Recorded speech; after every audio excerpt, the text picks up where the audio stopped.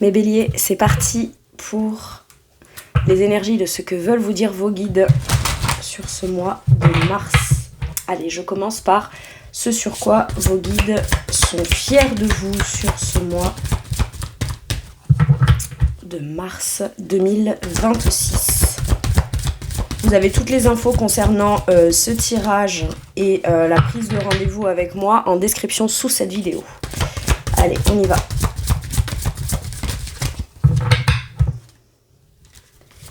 Sur quoi vos guides sont fiers de vous, mes béliers? Ok. L'empereur, vous incarnez pleinement votre énergie. Puisque l'arcane majeur de l'empereur dans le tarot, c'est votre arcane majeur, mes béliers. Donc, on pose des actions, on est discipliné, on continue à être investi, on continue à investir en soi, dans un projet, dans ses actions. Si, admettons, vous avez commencé à mettre en place une routine ou que vous avez commencé à poser des actions dans un nouveau projet, dans des études, dans une façon d'organiser votre quotidien, dans une façon de vous affirmer ou d'être, vous voyez, c'est un truc qui a été pleinement assumé, revendiqué, découvert ou commencé il y a peut-être pas si longtemps que ça, ce qui ne veut pas dire qu'on n'en avait pas la conscience depuis longtemps, ou l'envie, ou le désir, ou le blocage depuis longtemps, mais là, j'ai l'impression qu'on fait en sorte de mettre en place concrètement des choses et de tenir un cap. C'est ce que j'entends. Je tiens le cap, je continue de tenir le cap au profit de ma construction, ma stabilité, le fait de savoir que je peux compter sur moi, d'avoir continué aussi de travailler tous les jours à ma confiance en moi au travers d'une pratique, d'une routine, d'une organisation, d'actions, etc. C'est ça. Là, je sens, je continue à garder mon cap. Très bien. L'empereur s'affirme. L'empereur peut aussi démarrer. On a fait toutes les démarches en amont, on a pensé des projets en amont, on a réfléchi à certaines choses, conscientisé certaines choses ou commencé à préparer, planifier. Et là, peut-être qu'on commence concrètement à passer à l'action aussi, quel que soit le domaine.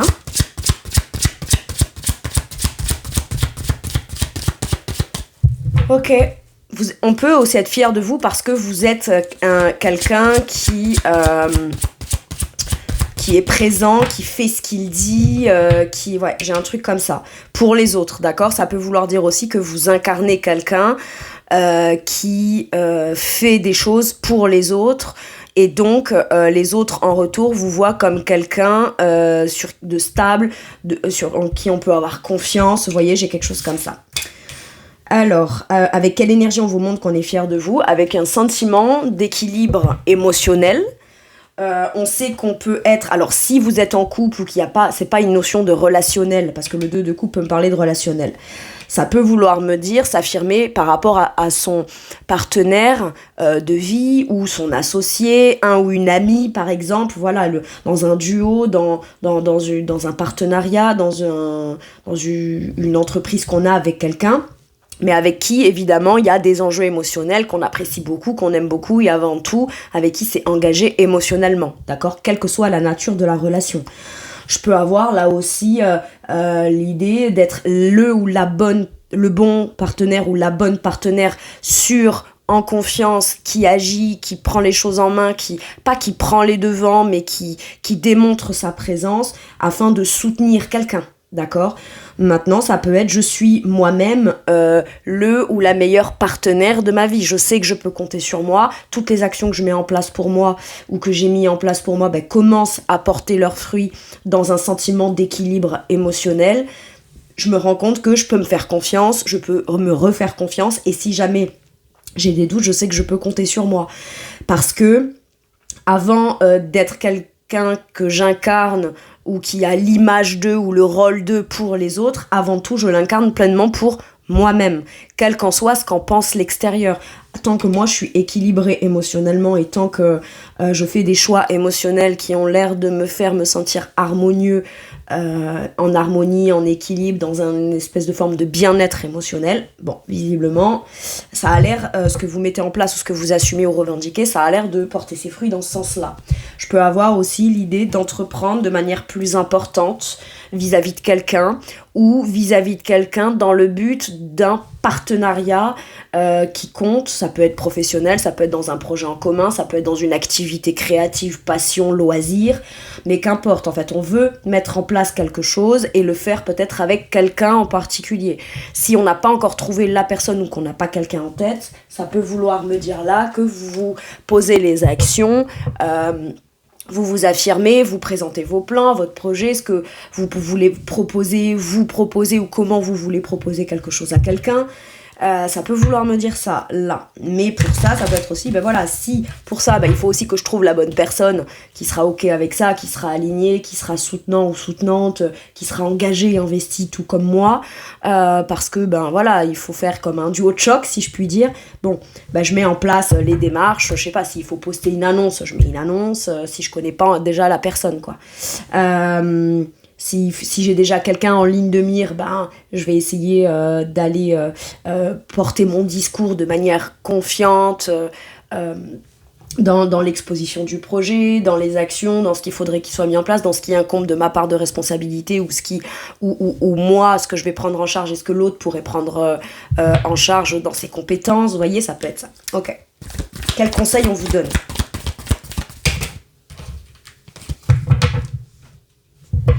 Quel conseil ?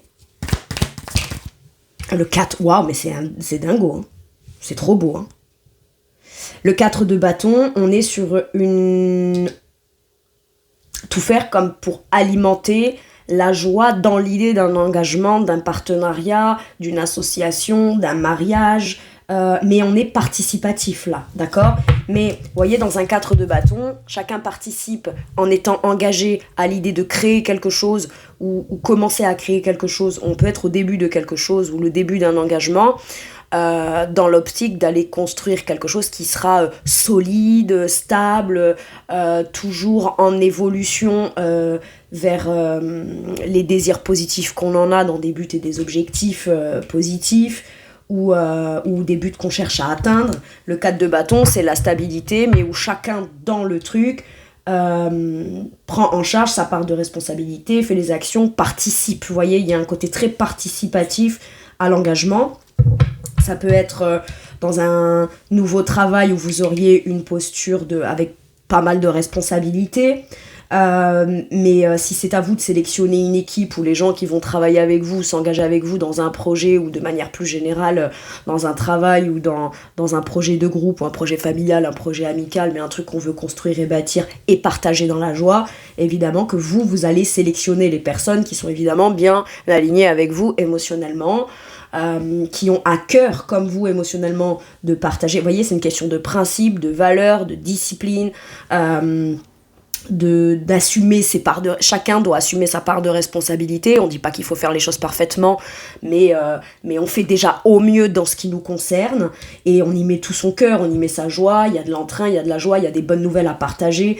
Vous pourriez aussi annoncer que vous vous lancez dans un projet où c'est de l'ordre de votre charge, de votre responsabilité, ou alors que vous allez vous engager dans un partenariat, une nouvelle activité avec quelqu'un, mais vous commencez à l'annoncer de manière plus officielle à votre entourage. On vous conseille en tout cas là... En fait, on vous dit qu'il n'y a pas de problème d'engagement ou pas d'engagement, signer ou pas signer, s'engager ou pas, se marier ou pas, être avec quelqu'un ou pas.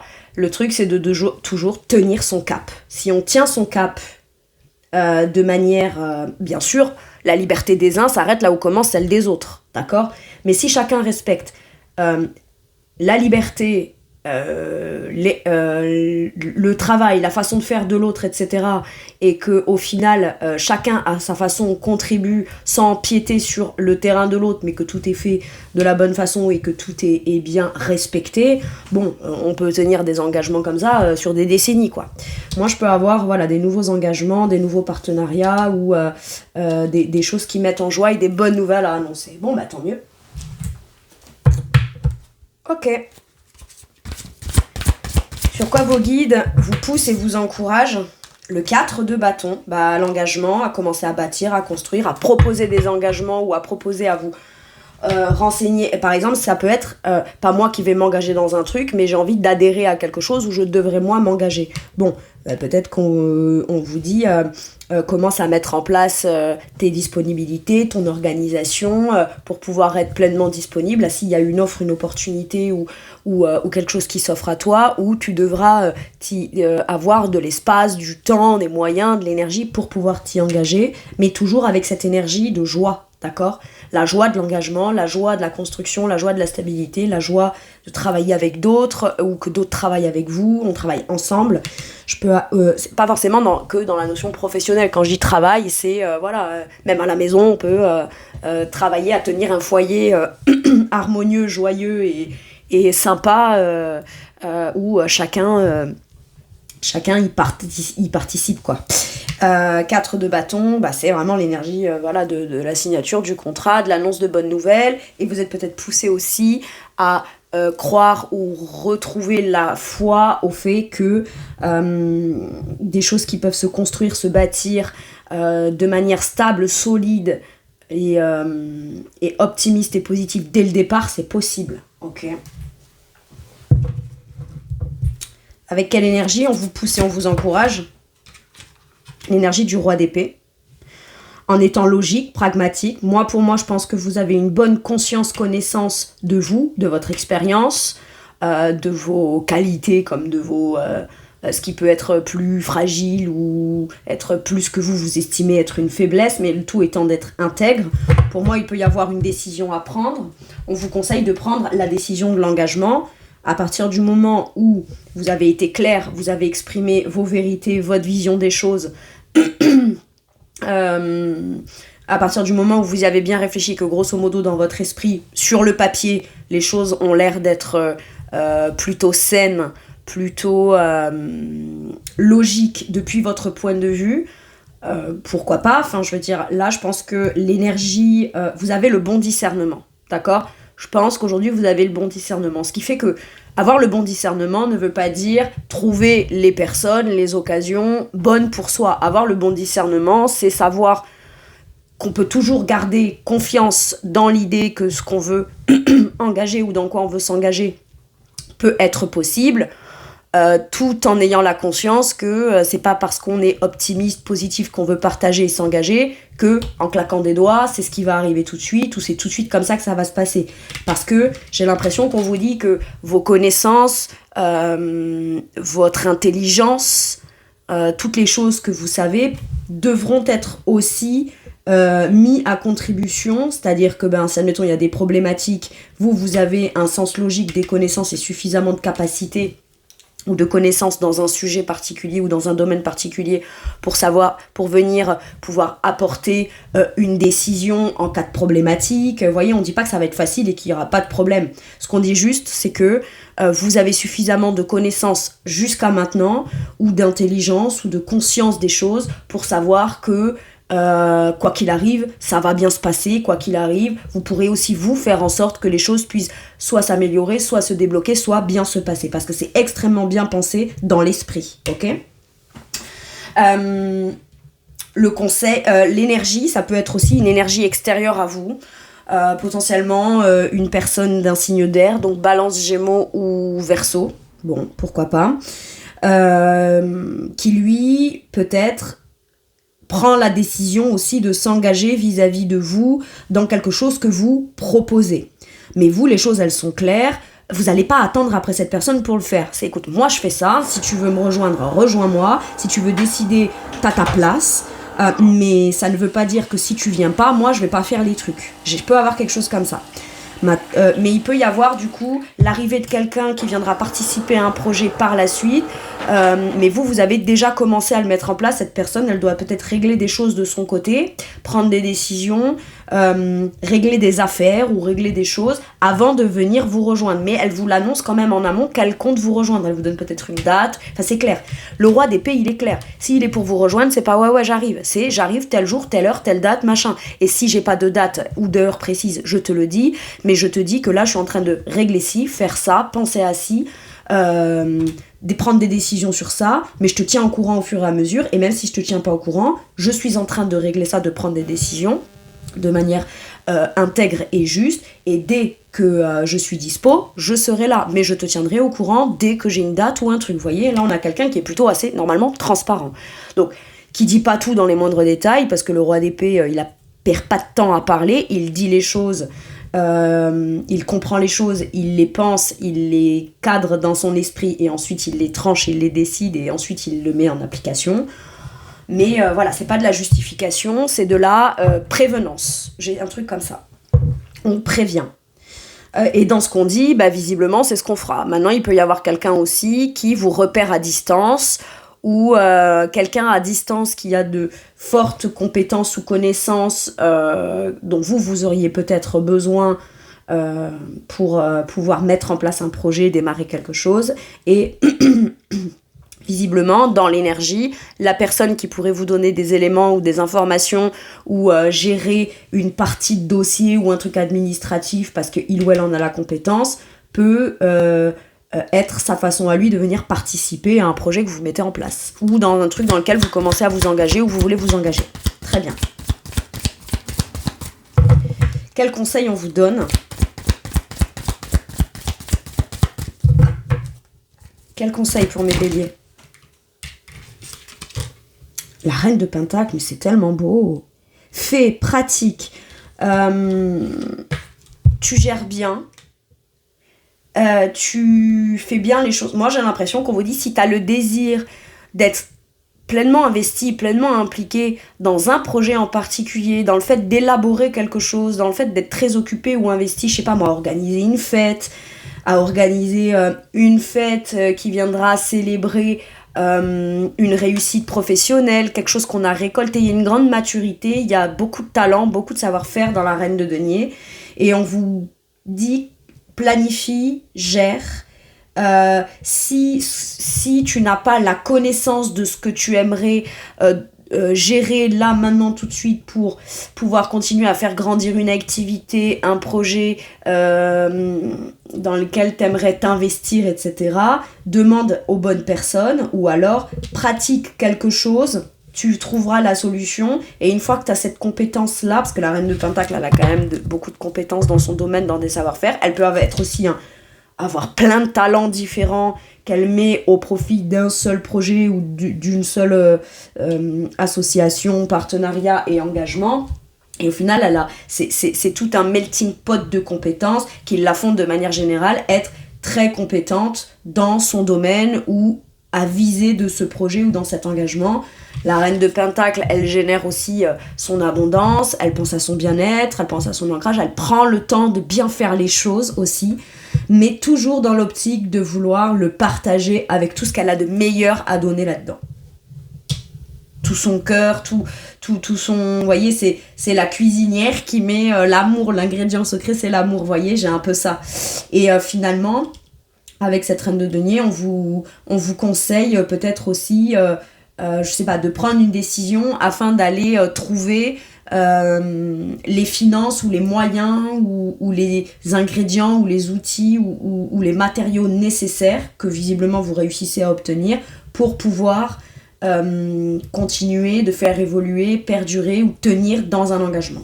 C'est beau. Mais vous mettez la main à la pâte, quoi. Vous êtes engagé, vous êtes investi à viser de long terme pour du long terme sur du long terme. Et à terme, qu'est-ce qu'on veut ? On veut construire quelque chose de périn, d'abondant, d'agréable, de confortable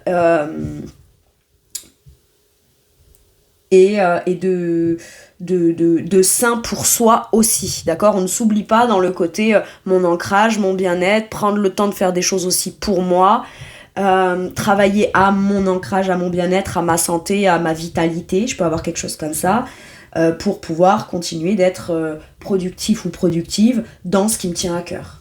Waouh. Ok. Sur quoi vos guides vous soutiennent, vous réconfortent, vous rassurent, vous amènent un peu de baume au cœur. Le valet de terre. Ouais, c'est pas mal. Vous êtes capable d'entreprendre quelque chose de nouveau. Peut-être qu'il y a un nouveau domaine d'études ou un projet, un sujet ou un domaine de votre vie que vous réétudiez, mais de manière à avoir l'intention de pleinement vous y investir dedans ou vous engager là-dedans. Il peut y avoir un nouveau domaine d'études, une nouvelle pratique dans votre quotidien, ou l'occasion de pouvoir pratiquer ou repratiquer dans quelque chose qui serait de l'ordre d'une nouvelle aventure, où on va apprendre ou réapprendre à faire avec ce contexte, ce domaine, cette pratique. Vous voyez, c'est quelque chose en plus qui vient se greffer à un quotidien. Bon, le page de valet de terre, ça peut faire soit très longtemps qu'il n'a pas pratiqué ça, soit il l'a jamais pratiqué, soit il l'a jamais vécu vraiment comme ça. Et là, c'est un terrain de découverte et d'apprentissage concret où on marche un peu sur des œufs, on manque un peu de confiance, mais c'est pas tant qu'on n'a pas confiance en soi, c'est juste que le valet de terre, c'est l'apprenti pratique, mais c'est en forgeant qu'on deviendra forgeron aussi. Donc, il y a quelque chose de l'ordre de ma façon de faire que je vais mettre au profit d'un projet, d'une relation, d'un engagement, d'une nouvelle activité ou d'une nouvelle façon de faire qui pourra me permettre de grandir différemment, mais finalement dans le bon sens par rapport au point de qui moi je suis aujourd'hui. C'est beau. C'est beau. Ok. Donc on vous dit que vous avez la base de tous les domaines de compétences, de connaissances, de volonté, de vouloir apprendre, grandir, évoluer, vous perfectionner. C'est ce qu'on vous dit là, on vous rassure là-dessus. Avec quelle énergie ? Il y a beaucoup d'angoisse quand même. Il peut y avoir des angoisses et des peurs, c'est normal. On vous dit, toi t'auras peut-être tendance à aller très doucement, très sûrement, très mesuré, être un peu hésitant ou hésitante, mais c'est pas tant parce que t'as peur que ça ne marche pas, c'est que t'aurais peut-être peur de mal faire. Et on vous dit, il n'y a pas de bonne ou de mauvaise façon de faire. La meilleure façon de faire, c'est de faire à votre façon. Et si au cas où il y a des petites choses, des petits éléments, des petits détails qui vont pas, ou qui conviennent pas, ou que l'autre tout simplement, ou les autres n'apprécient pas, on saura vous le dire. Ça veut pas dire que c'est tout qui a été mal fait, c'est peut-être 2-3 petites choses à revoir. Maintenant, le 9 d'épée, ça peut être toujours très angoissant, ou provoquer des peurs, ou vous provoquez peut-être des insomnies, où on en rêve beaucoup, on a tendance à en faire des cauchemars. Mais pourquoi ? Parce que derrière un 9 d'épée, c'est qu'il y a beaucoup d'attentes. Et s'il y a beaucoup d'attentes, c'est parce que ça tient à cœur, parce qu'on en a envie, on en a le désir, et si le temps a passé, ou beaucoup de temps a passé, ou qu'à chaque fois qu'on s'est investi, au bout d'un moment ça a floppé, on se dit, on n'a pas envie de reperdre son temps, ou on n'a pas envie on aurait presque plus peur de ça, ou de pas avancer trop vite, ou qu'il soit trop tard, ou j'ai un truc comme ça. Et là on vous dit, c'est très bien que t'aies peur, parce que à chaque fois que t'as peur, c'est toujours, alors c'est pas super, ouais génial, bravo t'as peur. On vous dit juste, écoute, t'as peur, là où c'est bien quand t'as peur, c'est que tu vas essayer de tout faire pour faire les choses de la façon la mieux dosée possible, la mieux faite possible. On te dit pas de vouloir atteindre la perfection ou d'être perfectionniste, mais tu seras plus consciencieux ou plus consciencieuse justement parce que t'as eu des échecs, donc t'as appris que t'as pas envie de perdre de temps, t'as plus envie de perdre de temps, et même si ça te fait peur parce que t'auras jamais toutes les réponses avant de démarrer, tu comprends aujourd'hui que justement tu n'auras pas toutes les réponses de certitude de pouvoir aller récolter ce que tu veux ou atteindre le but que tu veux, mais l'essentiel c'est de toujours faire en sorte de faire à nouveau ou refaire de nouveau, ou croire en soi ou recroire en soi à un moment donné, pour pouvoir toujours comme pas aller se dépasser. C'est pas un challenge ou une compétition vis-à-vis de soi, bien qu'il peut y avoir un aspect un peu compétiteur là dans l'histoire quand même avec cet empereur, mais c'est good parce que c'est quand même bien aspecté, c'est porteur pour vous, et voilà. Donc on vous dit, t'as des peurs et c'est normal, c'est ok, donc on vient vous rassurer par rapport à ça. Et même si t'as des peurs ou que t'as peur de mal faire, commence par faire, vaut mieux faire, quitte à pas faire parfaitement, mais au moins tu sais comment tu peux t'améliorer et rectifier derrière. Si tu fais rien, c'est sûr que tu vas pas te tromper. Par contre, la plus grande de tes angoisses, c'est que tu pourras jamais entreprendre ou faire dans ce qui te tient à cœur pourtant, quand même. Ok ? Très bien. Bon, il fallait bien qu'il y ait un truc qui vienne nous emmerder, sinon c'est pas drôle quand même. Sinon on s'ennuie. Allez. Quel conseil on te donne ? Arrête d'attendre. Arrête d'attendre avant de commencer, entreprendre, oser et tenter. tente quelque chose, essaie quelque chose, et par moment tu pourrais être surpris, même si tu vois ce truc qui grandit pas, qui porte pas ses fruits rapidement, tu pourrais dire bon bah tant pis, je sais pas, toi tu te dis tant pis parce que c'est ta perception des choses, et puis finalement tu passes à autre chose, tu fais autre chose en attendant, et puis un jour tu retournes la tête et pouf, tu vois que ça a germé, et ça ne dépendait pas du fait de ton observation, de ton attention, de ton attentivité, je sais pas si ça se dit, d'être là toujours en permanence à travailler sur ce truc-là. Par moment, ça fait aussi son chemin de manière très inconsciente, ou sans qu'on ait besoin d'y faire le focus dessus. J'ai un truc comme ça. Donc le conseil qu'on te dit, c'est arrête d'attendre. Par contre, il est clair et net que plus tu avanceras, plus tu seras impliqué, etc., ça va quand même te demander d'être patient dans l'évolution du processus. Mais on te dit arrête d'attendre avant de commencer ou démarrer. Ok. Je n'ai que ça. J'ai que ça comme conseil qui me vient là. Bon bah tant mieux. Allez, un dernier message ou un dernier conseil ou quelque chose qui vient vous... quelque chose qui vient vous soutenir. Un dernier message de soutien pour vous, mes béliers. Hop, je l'ai vu, alors je la prends. L'oreiller, c'est quoi ? L'oreiller du sommeil heureux. Je dors bien et je fais des beaux rêves.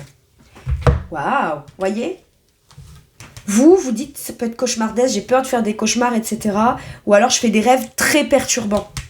Des nuits blanches, des rêves qui me réveillent, du coup je peux être fatiguée après mentalement la journée, etc. Prêtez attention à vos rêves, notez vos rêves, parce que moi je pense que finalement, si vous avez beaucoup de peur qui se manifestent pendant votre sommeil et vos rêves ou dans vos nuits, et que vos nuits sont plus agitées finalement que vos journées, c'est peut-être parce que vaut mieux être angoissé sur un temps où parce que si vous êtes angoissé pendant la journée, ça vous fige et vous réussissez pas à faire ou faire aussi bien que ce que vous l'aimeriez. Donc voilà, pour certains et certaines, le conseil, c'est peut-être de faire attention à essayer de mettre en place une nouvelle routine pour mieux dormir, parce que mieux vous dormirez, plus vous serez efficace, en joie et apte et à même de pouvoir mettre en place les choses dans les meilleurs aspects possibles pour vous. Vous aurez tout plein de dynamisme. Ça peut vous inquiéter un peu votre sommeil, et pour certains c'est très précis, mais il peut y avoir la nécessité pour vous de prendre soin de vous en revoyant votre literie ou des petits éléments de votre literie. Si c'est des moyens qui vous manquent, on vous dit qu'il peut y avoir peut-être, si c'est, c'est bientôt votre anniversaire en plus, si vous voulez un cadeau utile, demandez à une cagnotte pour qu'on vous aide à changer votre literie ou vous faire... avoir des petits objets peut-être qui vous feraient mettre en place des petits rituels avant le coucher, voyez, pour je sais pas moi, ça peut être des parfums d'ambiance, des trucs apaisants, ou je sais pas moi, un oreiller plus moelleux, une couverture douce, j'en sais rien, mais un truc qui peut faire que vous allez mieux dormir, d'accord ? Maintenant on vous dit je dors bien et je fais de beaux rêves, et on vous dit que vous avez juste aussi tout simplement le droit de rêver. Ok ? Rêver, on vous dit de prêter attention à vos rêves. Vos rêves pendant le sommeil, oui, mais aussi vos rêves conscients. Ok ? Et on vous soutient dans vos rêves aussi, tout simplement. Allez, je vous fais tout plein de gros bisous, mes béliers. Merci de m'avoir écouté, et je vous dis à bientôt pour une nouvelle guidance. Prenez bien soin de vous. À bientôt. Au revoir.